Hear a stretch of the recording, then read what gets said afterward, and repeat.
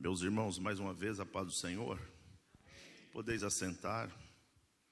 Gratidão a Deus por estar aqui essa noite. A Deus toda glória, a Deus toda honra e a Deus todo louvor. Quero externar aqui a minha alegria e gratidão dentro dessa trajetória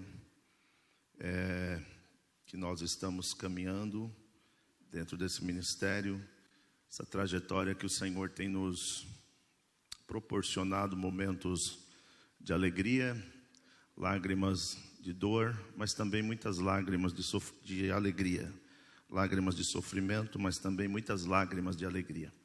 Amados, profeta Jeremias, capítulo de número 17, eu quero nessa noite trazer aqui uma palavra. Na verdade, é uma advertência de Deus para os nossos corações, onde nós fizemos a leitura, profeta Jeremias, capítulo 17, versículo de número 9. Eu vou repetir para a gente gravar bem. Enganoso é o coração, mais do que todas as coisas, e perverso, quem o conhecerá? Eu quero começar falando para os irmãos.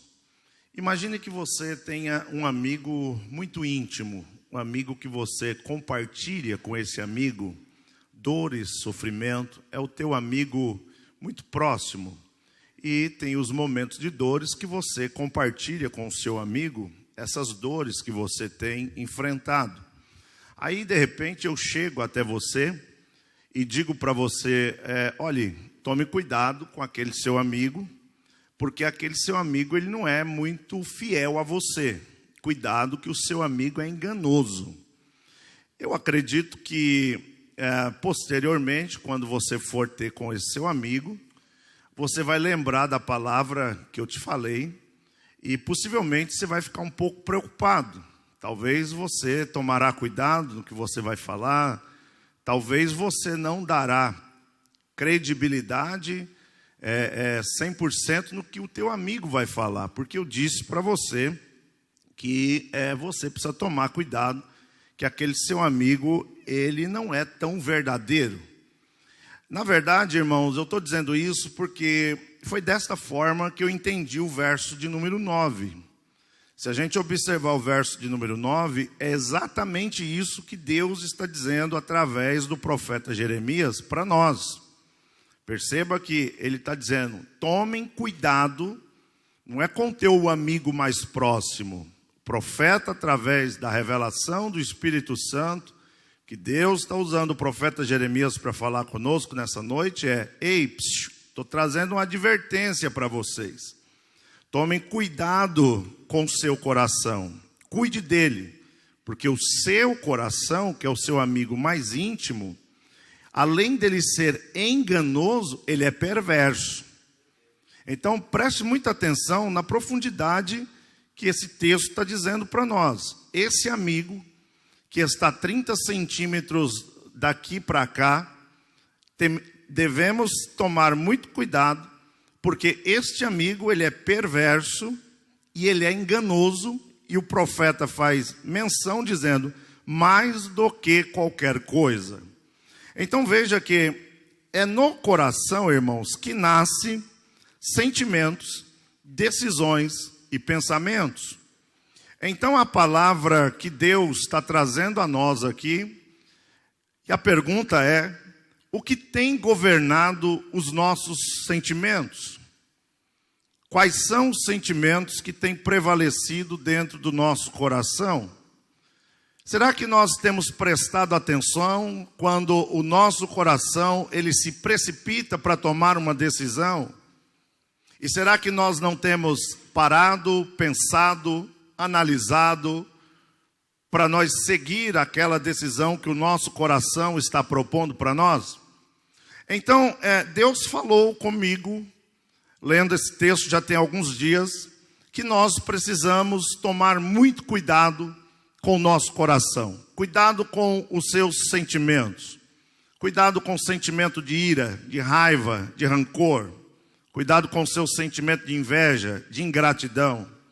Cuidado com as suas decisões precipitadas. Eu vou fazer, eu vou vender, eu vou comprar. E também cuidado com os seus pensamentos, porque tudo começa no nosso coração. O que ocorre no exterior, na verdade, nasce no interior. E a verdade é uma só, que se nós não cuidar do nosso coração, nós teremos um caminho de ruína. Tem razão do sábio Salomão escrever Provérbios 4, 23, quando ele diz, sobretudo o que deve guardar. Sobretudo é uma conclusão do demais. Eu devo guardar muita coisa, mas o sobretudo, a ênfase é, guarde o seu coração, porque é do coração que procede as saídas da vida. Então a nossa preocupação é guardar o coração. E pastor, como é que eu guardo o coração? Eu preciso compreender quais são os sentimentos que está brotando no meu coração. E é muito natural que nós permitimos e até deixamos que esse sentimento prolongue, porque na verdade ele nos engana. E muitas das vezes um sentimento, ele nunca vem mostrando e causando em nós um confronto para nós repudiar. Sempre que um sentimento brota, ele é agradável. Todo sentimento que nasce no nosso coração, a gente precisa estar atento. Opa, peraí, por que estou pensando isso? Por que estou sentindo isso? Por que estou para tomar essa decisão? Porque Jesus disse, aliás, em Mateus 12, 34, que a boca fala o que o coração está cheio. Na verdade, para nós conhecer as pessoas que estão em nossa volta, não precisa de muito. Precisa observar o dia a dia, o palavreado, a forma de se expressar. E Jesus disse, e ali Jesus está tendo um combate com os fariseus, chamando eles de hipócrita. E de fato, a boca fala o que há sobrando no nosso coração. Então, meus irmãos, hoje nas empresas, nas pequenas e grandes empresas, normalmente quando se vai ter uma promoção ou vai entrevistar um candidato, a pergunta é, quem é você? E o entrevistador te pergunta e diz, quem é você? E nas entrelinhas, na verdade, dentro da psicologia, o candidato quer ver o que você vai falar.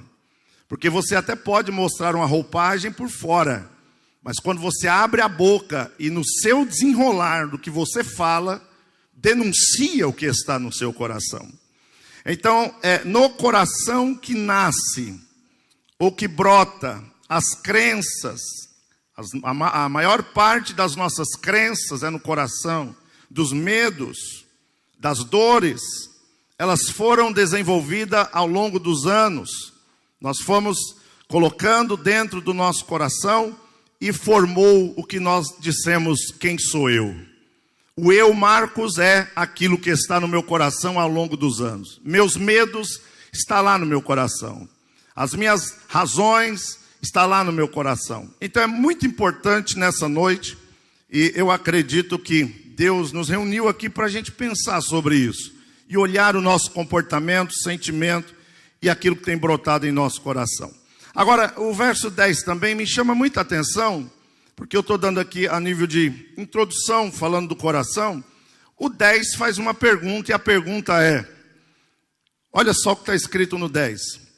Aliás, no 9, no final do 9, ele fala o que é o coração, que é enganoso, perverso, e a pergunta ainda no 9, quem o conhecerá?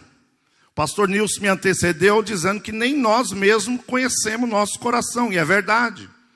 Uma vez Deus disse assim ao povo de Israel, eis que eu os levarei ao deserto para lhes provar o coração.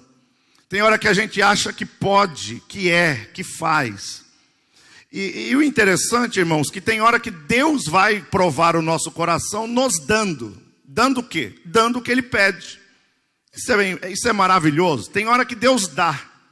Mas tem hora também que Deus vai nos provar tirando. Já parou para pensar nisso? Que tem hora que Deus vai nos dar, mas tem hora também que Deus vai deixar faltar.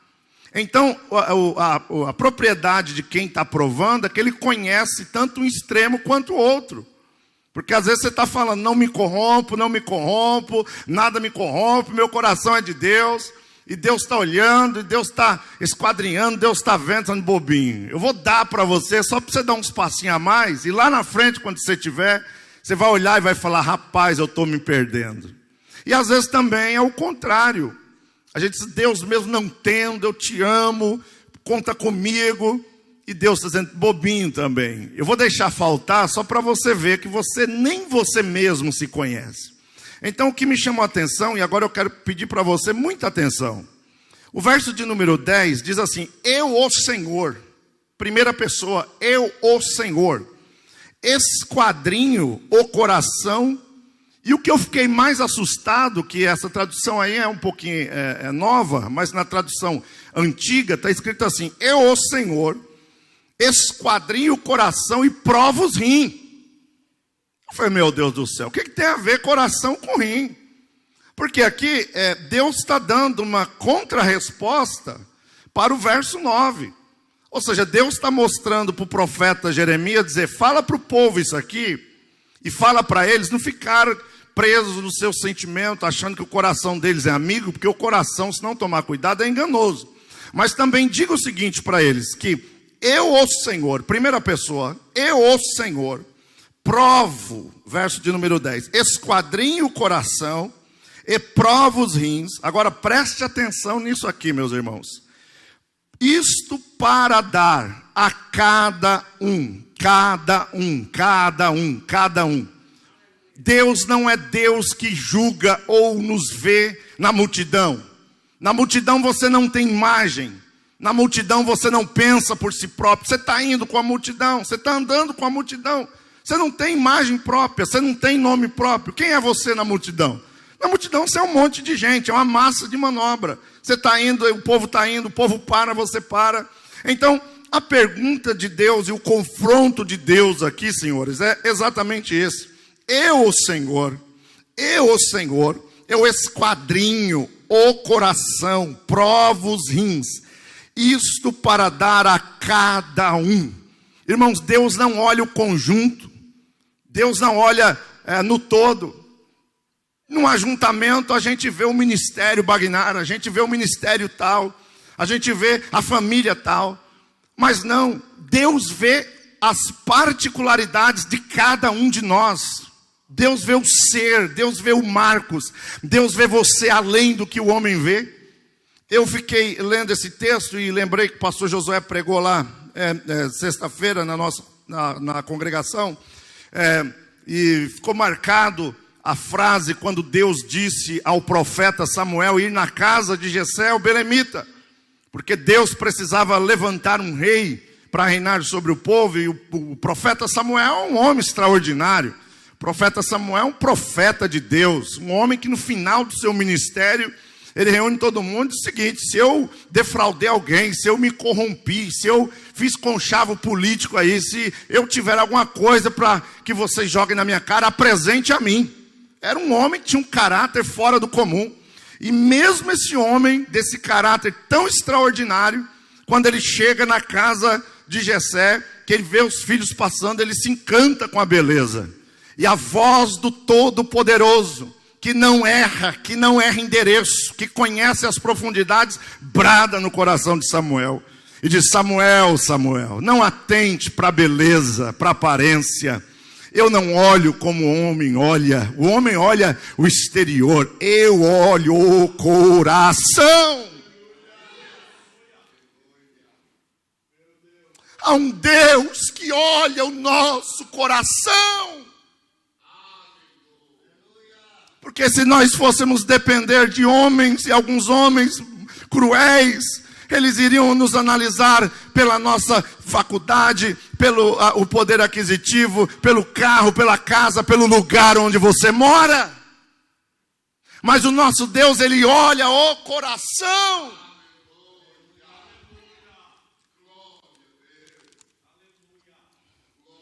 E eu quero continuar caminhando aqui com os irmãos, que no 10 algo me chamou ao coração, algo me chamou muita atenção ao coração.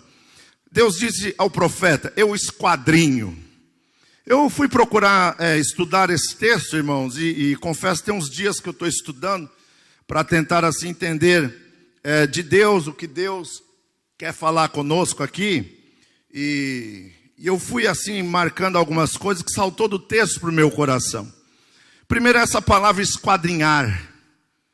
Essa palavra esquadrinhar é muito interessante, que é uma ação de analisar, de estudar, de explorar com minúcias, detalhadamente, intenções. Então veja, quando Deus olha para alguém, olha para o coração de alguém, Ele está esquadrinhando. Você tem noção disso? Eu olho você fazendo e dando certo, eu olho você colocando a mão e até acontecendo, ou não acontecendo. Mas Deus não olha. Quando eu procurei entender, quando Deus disse a Samuel que Ele olha, não como o homem olha, mas Ele olha o coração. Então quando Ele olha, Ele está analisando. Você, meu irmão, você, minha irmã, você que me ouve pela internet, você está sendo analisado. Nós estamos sendo estudados, explorados, olhando nas minúcias. O esquadrinhar de Deus é entrar onde ninguém entra e arrancar lá de dentro realmente quais são as reais intenções que nos levam a fazer o que nós fazemos. Às vezes a gente fica impressionado com os homens e diz: oh, meu Deus, como faz? Meu Deus, que homem de Deus. E às vezes nós nos enganamos porque a gente vê o aparente. Por isso que nós não devemos julgar baseado no que vejo, baseado no que acho, baseado no que penso. Isso é muito perigoso. Quando eu olho para alguém, eu acho, mas parece, mas eu acho. Não, a Bíblia não nos autoriza a fazer isso. Eu e você, nós não temos condições, nós não somos capazes de conseguir olhar para ninguém e tirar nossas próprias conclusões baseado no eu acho, baseado no eu penso, porque o que eu acho, o que eu penso, é baseado no que vejo, nas razões que vejo, nas aparências que vejo. Deus não, Ele está lá medindo, analisando, explorando, olhando, vê a intenção, vê o que sai de dentro de um suspiro. Deus está medindo milímetro por milímetro, milímetro por milímetro, e está dizendo: esse eu aprovo, esse eu reprovo, esse eu aprovo, esse eu reprovo. Deus é o Deus que vê além da ótica humana. Agora, também eu fiquei pensando, esquadrinhar corações e rim. Irmão, a gente sabe que o coração e o rim, ele tem uma correlação. Porque o coração bombeia o sangue. Sim, ok? O coração bombeia o sangue. O rim, ele filtra o sangue das impurezas.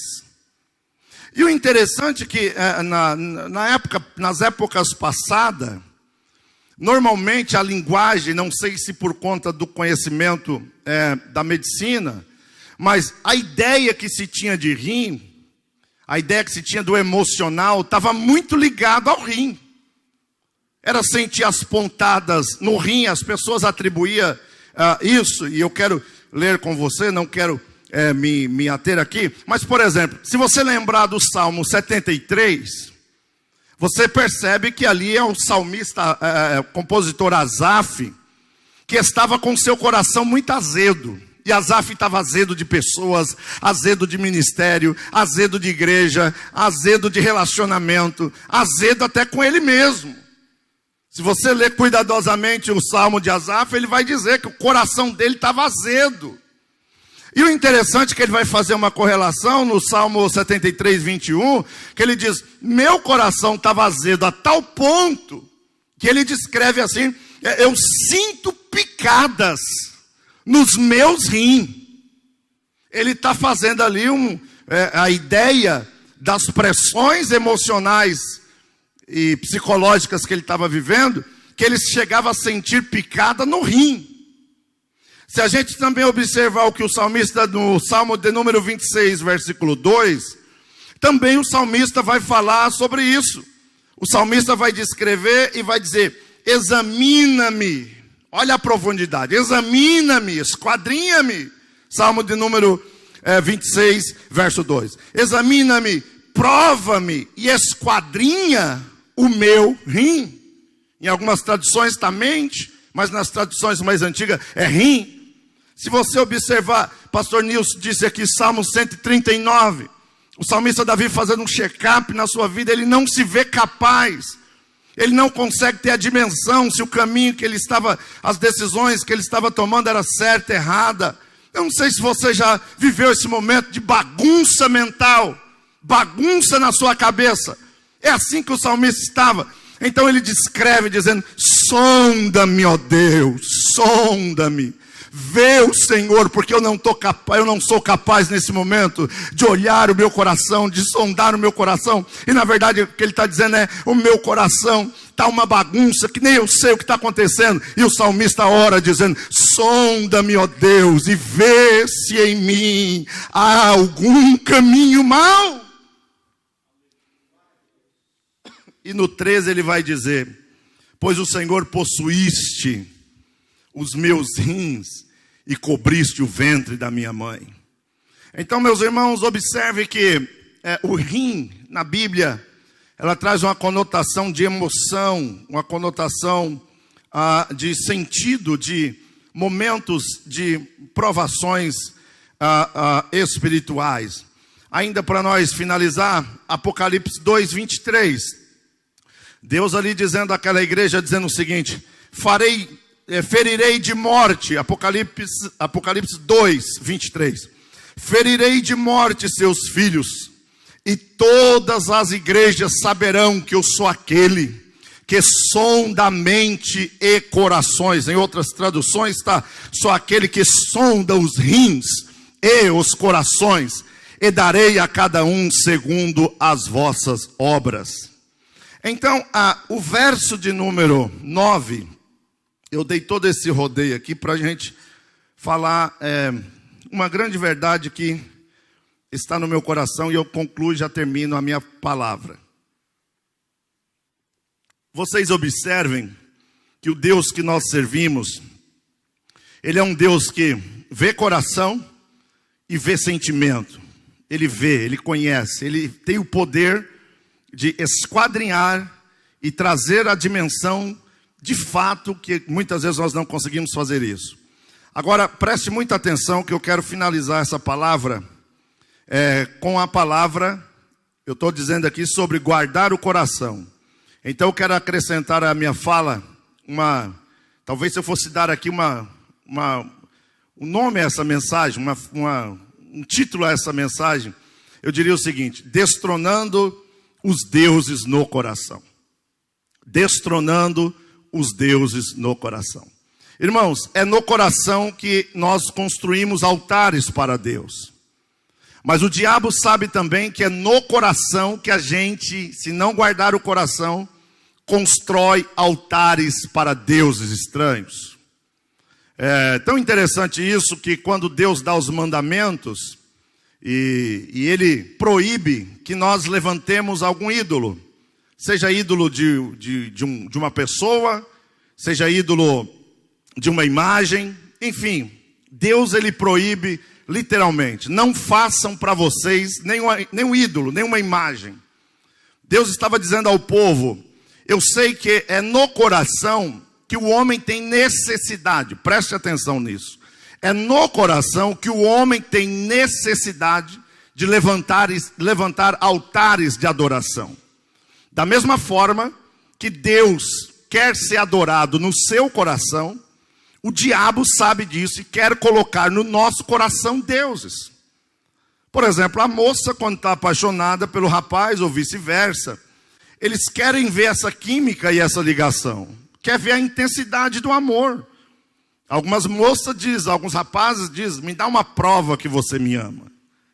Hoje acho que não tem mais isso, né? Mas a gente veio de uma época que tinha isso. Dá-me uma prova que você me ama. E aí o cara, por você eu vou até as estrelas. Por você eu vou correndo aqui no Pernambuco e trago um saco de farinha na cabeça. Mas, na verdade, quando eu digo assim, pastor, eu te amo de todo o meu coração, eu te amo de coração. Eu estou dizendo para essa pessoa a intensidade do meu amor. Por isso que Deus diz assim, amarás ao Senhor teu Deus de todo o seu coração, de toda a sua mente, de toda a sua força. Então, irmãos, preste atenção, que é no coração que nós vamos adorar a Deus. Porque adorar a Deus não é só levantar as mãos e vamos ficar 10 minutos cantando, eu te adoro. Às vezes eu fico me imaginando e olhando e fazendo uma crítica para mim mesmo. E às vezes eu chego em casa e eu deito na cama e eu digo assim, Deus do céu. E às vezes me dá tristeza, me dá vergonha, me dá até raiva de mim mesmo. Porque às vezes eu digo, Deus, que culto foi aquele? Que culto foi aquele que meu coração estava azedo, que eu estava preocupado, que eu estava angustiado? Agora eu imagino Deus vendo as nossas reuniões. Você já parou para pensar aquela multidão, às vezes chorando, e eu quero chegar em um ponto aqui.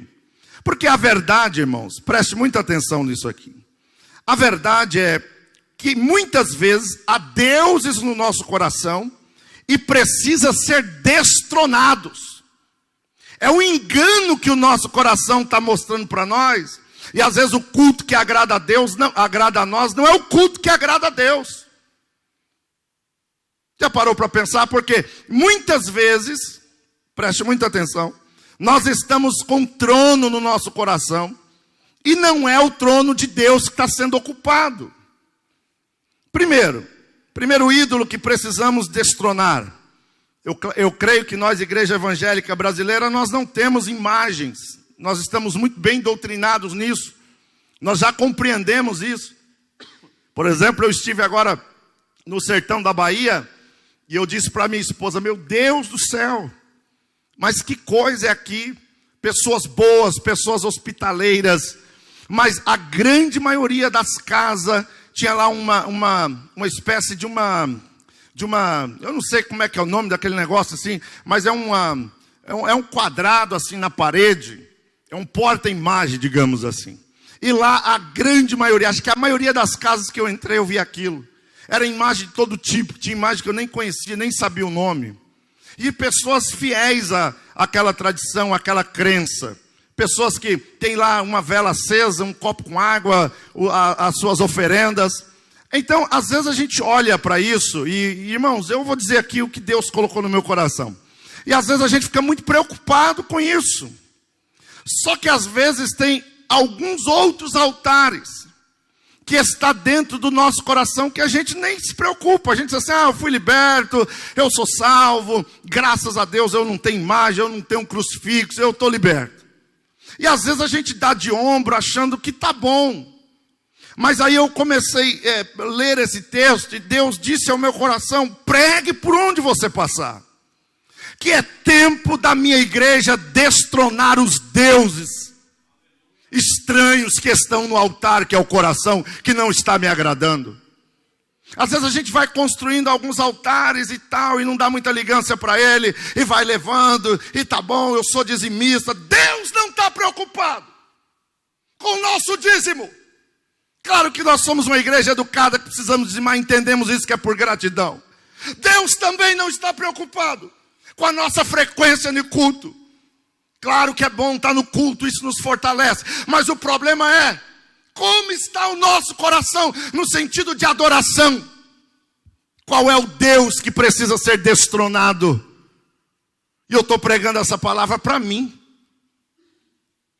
Eu sei que eu tenho fama de ser bravo, pastor é bravo, é norma, é meu jeito. Sou uma menina. Pastor fala bravo, não é não, irmãos, é sangue nordestino na veia.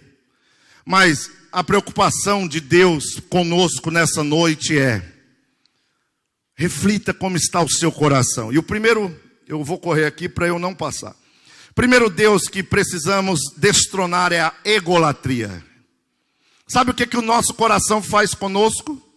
Adora a você mesmo, cara. Constrói aí, vai, uma estátua aí.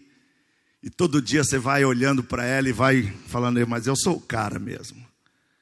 Não, mas o problema, irmãos, nós estamos em uma cultura que está impregnada de ensinar para nós que o homem é o centro. Ok? Já parou para pensar nisso? Por exemplo, eu sou de uma época em que para assistir uma televisão, tinha os horários que as coisas iam acontecer. Então, tal hora era um jornal, tal hora era um filme, tal hora era um desenho. As TVs, antigamente, as fechadas, porque a gente, aberta, né? Nós não tínhamos condições de ter uma TV paga. Então nós tínhamos aquele horário. Eu me lembro que quando era novela, e meu pai não deixava a gente ter televisão em casa, isso é 1900 bolinha. E eu sabia o horário que ia passar, por exemplo, Chaves. Então eu me organizava e eu dizia assim, bom, vai passar Chaves em tal horário. E eu corria para a casa da minha prima, da minha tia, que minha prima morava lá. E eu fazia o que tinha que fazer e eu ia para lá porque ia passar o Chaves. E lá onde eu moro, meu pai mora em um morro que venta muito. E dava uma agonia porque aquela miserável, aquilo não era de Deus, aquela anteninha ficava rodando. E aí o Chaves, irmão, dava raiva, o Chaves saía do ar. Então tinha que um subir em cima da laje e o outro ficar embaixo. Para a direita, para a esquerda. Tá bom, gritando, né? Gritando.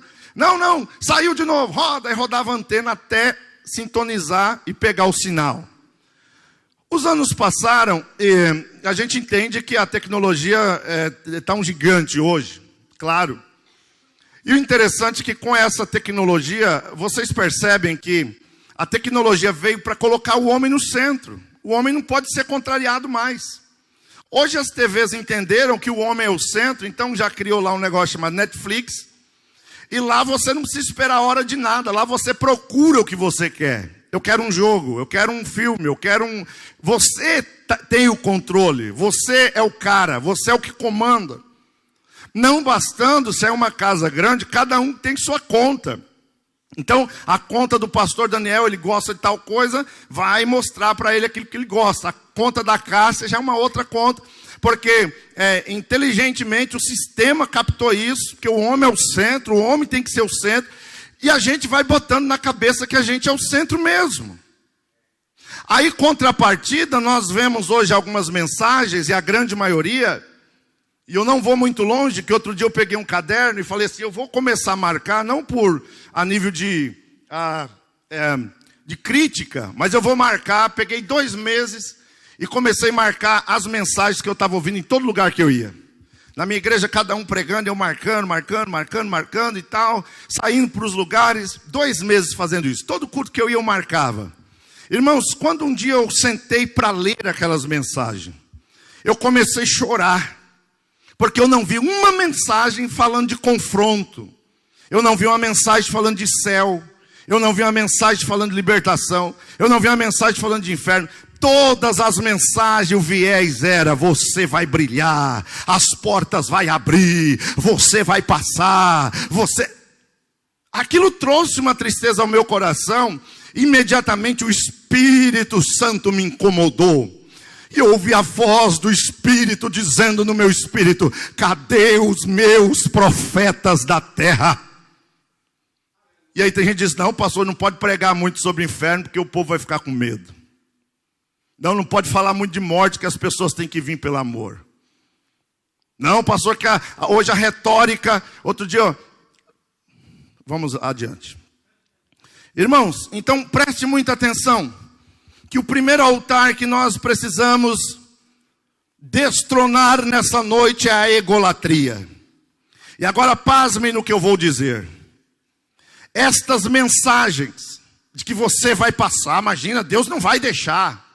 Está gerando crentes mortos, mornos. E a palavra é: se nós homens do altar não fazer como o profeta, me fugiu a memória, que diz, quem é o profeta, pastores? Que disse, é tempo de nós rasgar o coração e não a veste. Joel, profeta Joel.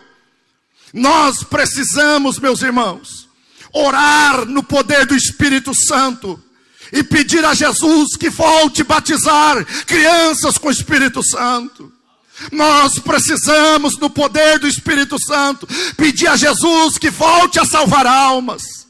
Nós precisamos, na autoridade do Espírito Santo, pregar a mensagem de confronto de pecado, sim. Porque preste atenção, é estarrecedor o que eu vou dizer. Em nome de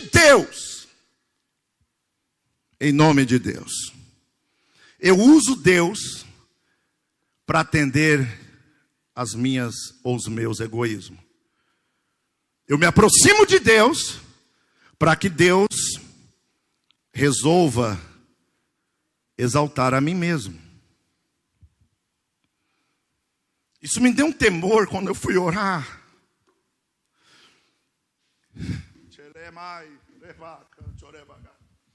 Me deu um temor quando eu fui curvar para orar. Porque eu comecei a lembrar desse texto e dizer, meu Deus, tem misericórdia de mim. Porque Deus não fica impressionado se a gente ora 2 horas, 3 horas, 4 horas, 5 horas, 12 horas. O que impressiona Deus é o que o salmista Davi disse. Deus não se contém, Deus não se controla quando Ele vê um coração contrito e quebrantado diante da sua face. Então às vezes nós buscamos Deus para ser um fim para nós mesmos. Eu estou precisando de uma bênção, e eu quero e tem que ser agora, e se Deus não me dá, tem alguma coisa errada. É a minha vontade que prevalece, é o meu eu que domina, o meu eu é o meu ego, é o meu ego que me domina, é o meu eu que me governa. Então se não for agora, que hoje tem igreja para todos os gostos. Não, aqui não dá, aqui é muito parado, eu vou em outra ali para ver se resolve, porque eu fui lá, não resolveu, é o teu ego, é o teu eu gritando. O que contraria o que Jesus disse em Mateus 6, seja feita a tua vontade, a vontade dele. E às vezes a nossa vontade vem em primeiro lugar. E olhe lá, se Deus não fazer, eu vou me embrutar com Deus e Ele que se segure aí, porque eu fui ensinado que eu preciso, que as minhas vontades precisam ser satisfeitas. Então isso é muito sério, irmãos, porque às vezes a gente busca Deus para Deus resolver e que as nossas vontades sejam atendidas. Agora eu vou finalizar dizendo o seguinte. Sabe por que nós temos frustração? Tem muita gente frustrada. Estou frustrado com o pastor. Não, pastor, eu achei que era uma coisa.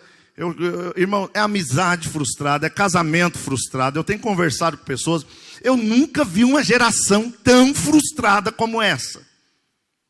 Fui atender um casamento, o cara tinha casado e aí, pastor, eu achei que era uma coisa e a mulher me frustrou. Novinho de casado, fez festa, construiu tudo. Na empresa, a pessoa chega, daqui a pouco está frustrado com a empresa. Aí eu comecei a pensar sobre isso e lendo esse texto, eu finalizo aqui, irmãos. Eu entendi uma coisa. Frustração é ego não atendido. Vou repetir. Frustração é ego não atendido. Por quê? Talvez você tinha uma expectativa ao meu respeito. Me conheceu, o pastor Marcos é uma bênção. Mão de Deus. Só que o problema não foi eu que te frustrei. Foi você que se frustrou. Porque você criou uma expectativa de mim, da minha pessoa, que acho que nem eu sabia. Você criou essa expectativa, você alimentou essa expectativa, e no dia que essa expectativa não atendeu o seu ego, você disse que eu te frustrei. Mas na verdade não foi eu que te frustrei. Foi o seu ego, foi a sua expectativa. Chega numa igreja, quem já viu isso? Chega numa empresa, essa empresa é a empresa dos meus sonhos, empresa, e fica até meio besta, e vai no banheiro, olha o banheiro disso aqui, olha rapaz, que banheiro cheiroso, dá até vontade de comer aqui, olha que coisa. Você cria uma expectativa, porque o seu ego está mandando em você. Você quer ser o centro, você quer ser aplaudido, você quer ser adorado, você quer ser toda hora visto. O seu ego está gritando, o meu ego está gritando, o nosso ego está gritando. Aí as expectativas frustram, mas não foi, nem teu patrão sabia que você estava pensando aquilo, nem tua mulher sabe. Você casou, agora você é o homem mais feliz. Bobinho, você não casa para ser feliz, irmão. Isso é expectativa errada. Você entra num casamento para fazer o outro feliz. Você já entra errado, achando que vai ser feliz. Isso é ego. É ego gritando, eu agora resolvi minha vida. Cheguei numa igreja, aí daqui a pouco ele acha que a igreja é um monte de anjo. E não é. A gente não é um monte de anjo, a gente é cidadão do céu, mas a gente ainda é da terra. A gente tem raiva, a gente tem ira, a gente tem dia que está de mau humor, tem dia que tem conta para pagar, tem dia que a mente está uma bagunça. Aí ele chega na igreja, esta é a melhor igreja, igreja. Aí daqui a pouco, eu estou frustrado, eu não tenho nenhuma igreja mais, eu não vou para nenhuma igreja mais. Isso é ego gritando. E sabe como a gente mata o ego, irmão? Orando. A oração mata o ego.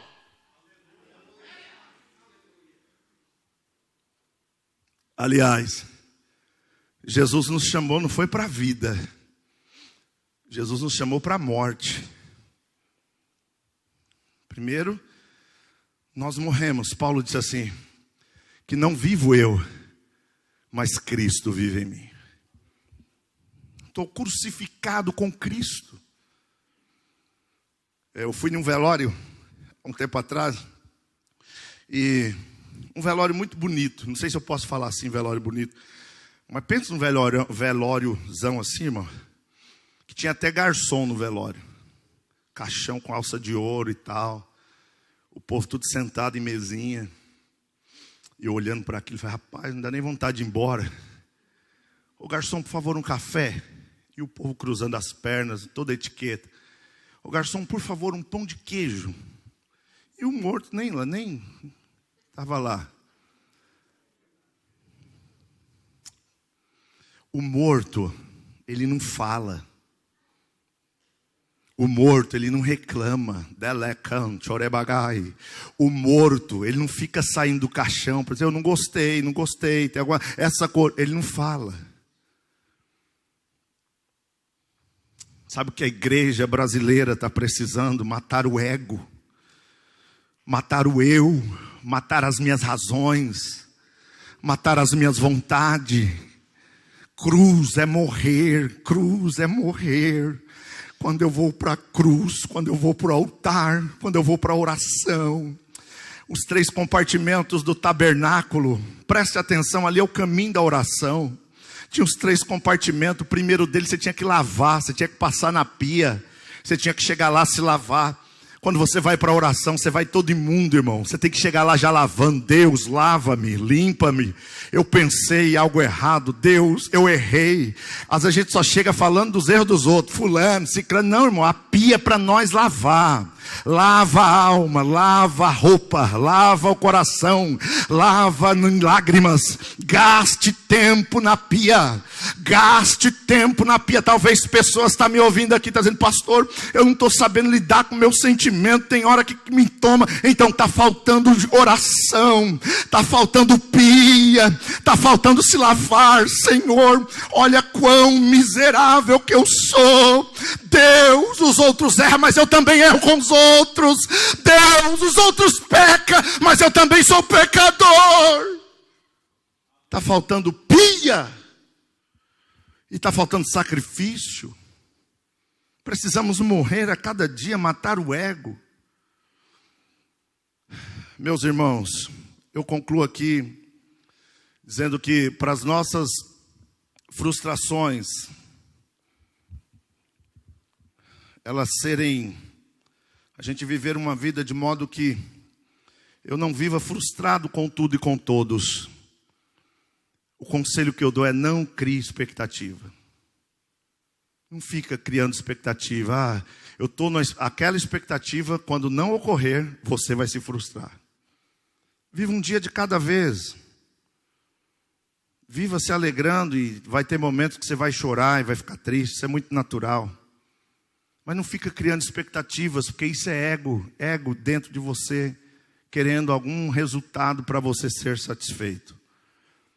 Eu termino aqui, meus irmãos, dizendo que vamos guardar o nosso coração. Guarde o seu e o meu coração em Deus. As coisas assim como a gripe quando ela vem, ela dá sinais que você não está bem. Sim ou não? Você começa a ficar com o corpo ruim, ok? Cabeça doendo, uns espirros, certo? O que nós fazemos? Prontamente você procura um especialista, você vai a um médico, toma um Doril. Você precisa interromper aquele sintoma. O problema é que às vezes o nosso coração ele vai dando sinais também que não está bem. E a pergunta é, ou nós interrompemos ali. Irmãos, nós não podemos, precisamos ler Provérbios que diz que a pessoa que não governa os seus sentimentos é como uma cidade sem muro, que o muro caiu, que tudo acessa, tudo entra naquela cidade. Nós precisamos tomar cuidado com os pensamentos que pensamos. Como é que eu guardo o coração? Ora, se eu estou pensando um pensamento e eu sei que aquele pensamento está me fazendo mal, eu tenho o poder de interromper aquele pensamento. Eu posso verbalizar isso. Paulo disse a Timóteo, Deus não nos deu um espírito de medo, de covardia, mas Deus nos deu um espírito de poder, de amor e moderação. Ora, se eu estou entendendo que aquele pensamento está minando a minha força em alguma área da minha vida, eu posso sim, em nome de Jesus, botar a mão na minha cabeça e pensamento, você não vai ficar aqui, pronto, e seguir a minha vida. Se eu estou sentindo que um sentimento está me tomando, eu também posso interromper esse sentimento. Isso é guardar o coração. Deus abençoe, guarde essa palavra no seu coração, sobretudo o que deve guardar. Guarde o seu coração, porque do coração, procede as saídas da vida. Deus abençoe.